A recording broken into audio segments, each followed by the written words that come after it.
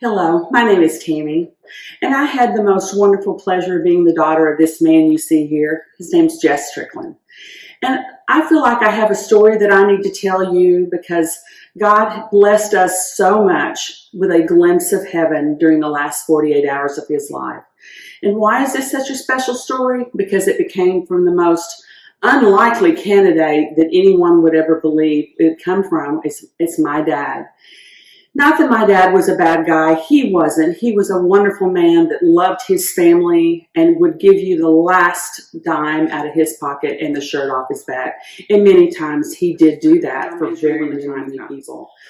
And so here we are, this last time we put him in the hospital, and I was talking to the doctor, and I said, he's getting worse and worse, and he's suffering more and more and more. I said, so please tell us what we need to do. And one night she called me, and she said, Tammy, we've had all these doctors come in, and there's nothing physically that we can fix. This is just how it is. And he had slowly become just non-responsive, where you could just barely wake him up. And every once in a while, you would get him to arouse, and he wouldn't be able to see you. And he started looking around the room, and he would say, Bruce has come to see me. And we'd say, Dad, who? Bruce. And Bruce was his best friend that was a police officer that had passed away. And he would start naming all these people that were gone. And we knew God was preparing him and sending people that loved him to tell him it was going to be okay. And he even saw, when he was at home, he even saw a little girl. He'd say, who is that little girl that was coming and playing ball with me? Somebody needs to call her parents. And he and my mother had lost a child in between my brother and I.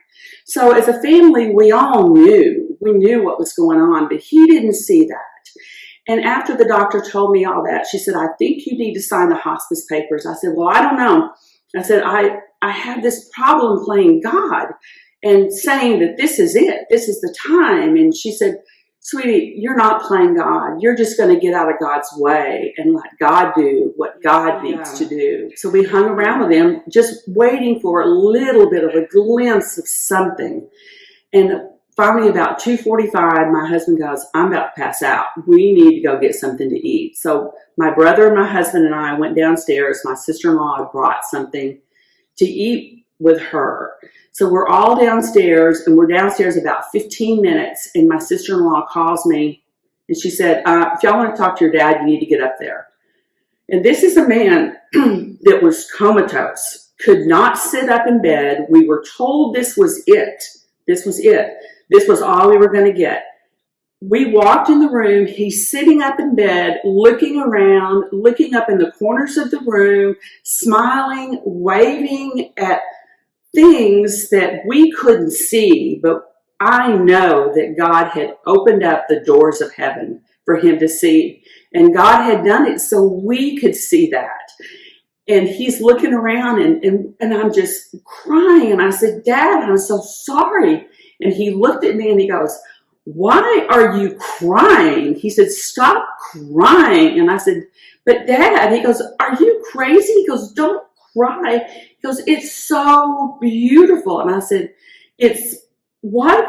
And I said, Dad, you know God loves you. He goes, I know. He just told me. And I stopped at that point. I stopped crying. I thought, okay, it's real. It's real. Even though I had believed it, and I knew it more than I knew my own name. It was just this overwhelming, it's like getting confirmation on what you already know is true. And so I just sat there, and of course, then I started talking to him. So, Dad, what do you see? Because I wanted to see it. I wanted to know it. And it's like God just shook his finger at me and said, nope, it's not yours to see yet. It's only his. But this is what you get to see. And he just kept looking around the room, and he was crying. The tears were just falling out of his eyes to the point that I had to have a towel, and I just laid the towel on his chest, and he just kept saying, my eyes can't see it. He goes, and my ears can't handle it. And he goes, my mind can't see all the beauty that is there. And I said, Dad, what are you talking about? He goes, it's just the beauty. He said, you just don't understand the beauty that is there. And once again, it's this guy that has not been talking to anybody for 5 days. He hasn't eaten. He hasn't drinking any water. He hasn't been awake. He didn't know who we were. We would have glimpses of him going, well, hi. But this is the guy who was saying all this. And he just kept looking around. He goes, but Claude, they won't let me in. And I said, Dad, why won't they let you in? He goes, I don't know. He said, but they can let me see. He goes, and your mama's going to come get me. And when your mama comes to get me, they're going to let me in. And he just kept going, it's so beautiful. And he kept saying, please, y'all don't cry. It's so beautiful. He just kept on, and he kept looking around in the corners of the rooms, and he kept going, well, hi. And that's what my dad would say. He would say, well, hi. And then my brother would say something to him, and he'd say, don't be upset. Don't be upset. Don't cry. It's so beautiful. That's all he kept saying. So this is a man that has had nothing to eat or drink for like 5 days now. And also, my dad was never an emotional man. He didn't cry. The only time I'd ever saw him cry was the day his mother passed away. And this is also a man that hasn't had his dialysis in 3 days. So this is by all medical terms, this is a man that shouldn't even be able to sit up, talk, or say anything. And so as he's moving to the other bed, that's what he said, man, if I have to be moved to hospice, being moved by a good-looking redhead is the one thing that want to happen to me. And I was, okay, Dad, okay, let's go. Let's go to hospice. He goes, okay, I'm ready. And he started in crying again. And he said, y'all, please don't worry about me. Please don't worry about me. This is okay. I am okay with this. I saw it coming. Everybody kept telling me it was coming, and I'm okay with it because I've seen how beautiful it is. Then all of a sudden, he just kind of sat up in bed, and he said, hey, I just want you guys to know this is so beautiful. It's just beautiful. It's beautiful here. And he starts crying again. And once again, this man does not cry. He is not emotional. He hadn't had dialysis. He shouldn't have enough strength to even speak to us. And he is sitting up in bed talking to us again. And I said, Dad, you know God loves you. He goes, I know he does. I know he does. He said, but Claude, they won't let me in. He said, I've been there 3 times and they have not let me in. I said, Dad, why haven't they let you in? He goes, I don't know. He said, but your mom told me she's coming to get me. And when she comes to get me, they're going to let me in. I said, they are? He goes, yeah, they're going to let me in. I said, well, good.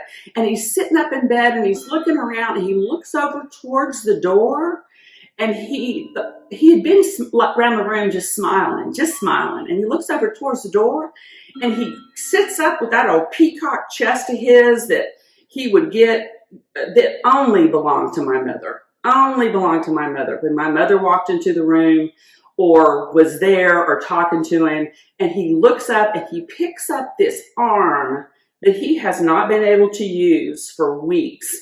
And he goes, well, hi, and starts waving this hand the best he could at the door. And I looked over at Ben. I said, Ben, Mom's here. He goes, yeah, she is. And he just started smiling and looking around. And I said, Dad, are you okay? He goes, I'm okay. And he looked at us and he looked at my brother. He said, is there a football game on? And my brother goes, yeah. He goes, well, turn it on for me. So we turned the football game on and he laid back in bed and he looked up the TV. He goes, y'all have to bring my big TV here. I can't watch this TV. Y'all have to bring my big TV here. And I just couldn't believe that a man that was that sick, that food deprived, liquid deprived, dialysis deprived, he hadn't had his medicine in like 3 days because he couldn't swallow, could be that cognitive to be talking to us about wanting a TV. And we just said, Dad, we'll get you a bigger TV here. He said, okay. He said, okay. So he laid back in bed. He said, is there a Cowboy game on?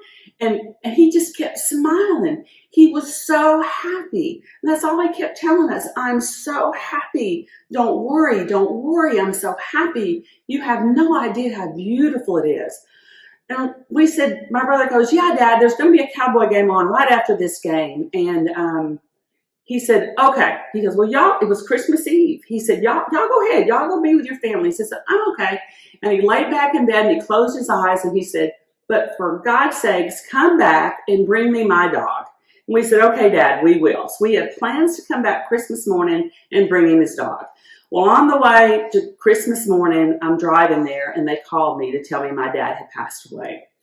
And my husband looked at me and he said, I knew Marilyn, who is my mother, was going to come get him Christmas morning. That was there. And so my mother came and got him Christmas morning. And my husband goes, I knew that was going to happen. I knew Marilyn was going to come get him Christmas morning. So we got to the hospice place, went in. The lady told us, she said the nurse that was on duty that night said that he was very, very restful. And he kept trying to get out of bed. A man that shouldn't have even been able to move kept trying to get out of bed, was up trying to get out of bed. And I said, well, of course he was. I said, my mom was there. And he was trying to get out of bed to get to her, and because he knew she was taking him to heaven. And of course, everybody just kind of doesn't know how to kind of take that when you say that. But I know that is where he went. And, you know, God has that for us. And he has that gift. And all he asks is that you love him and you believe in him, because this was the most unlikely character you would have ever thought would have had this experience. And I spoke at his funeral and I said, this is what God did. God used his whole life to put this 48 hours out there so we as his children would see that and go, this is the most unlikely character. And God said, nope, he's not. He loved me. I loved him. I had this ready for him. I wanted you guys to see it because I don't want this story to ever die. And I don't want this story to ever die either. And I believe it's going to outlive me. It outlived my dad. It's going to outlive my brothers, my sister. It's going to outlive anybody I tell it to. It's never going to stop. Because the wonders that God has for us are there, and it's true. And he told us that in 1 Corinthians 2:9, which my dad had no way of knowing that Bible verse. You could have held a gun to his head, and he wouldn't have been able to tell you what it was, where it was, or even how to get to it. But he was speaking it to us. He was living it. And we saw it. And it's true. And heaven is real. What God has for you is real. And it's there. And from this point on, in the rest of my life, I will never stop telling this story to anybody. Everybody, anybody that'll stop and let me tell them, I will tell them. Because I just want them to know what God has out there for them. And God started preparing my dad from the day he was born to be able to tell the riches and it not be anything you can explain away. You can't explain anything away of this. This was God driven. And my dad, that's what he had prepared his whole life for. And my dad is now in heaven. And he's smiling. That's how he talks. And so he's there. And just these little things that keep coming across that are constant reminders that and proof that it's real. It's real. And I can't say that enough. It's real. And I hope this story reaches, and I know God will make sure it reaches whoever needs to get it. And I hope that the reality of it comes through, because somebody that you would have sworn that could never proclaim the reality of heaven did. And it was a God thing. And he didn't have the physical ability to do it, but he did. And it was a God thing. And he never cried, but he did. And it's a God thing. medicine said this guy shouldn't be alive, this guy shouldn't be able to sit up, and he did. And he talked to us, and he made sense, and he let us see, and God cracked that door, and God let us venture with him so we could tell our story. And I really hope it blesses you as much as it blessed us.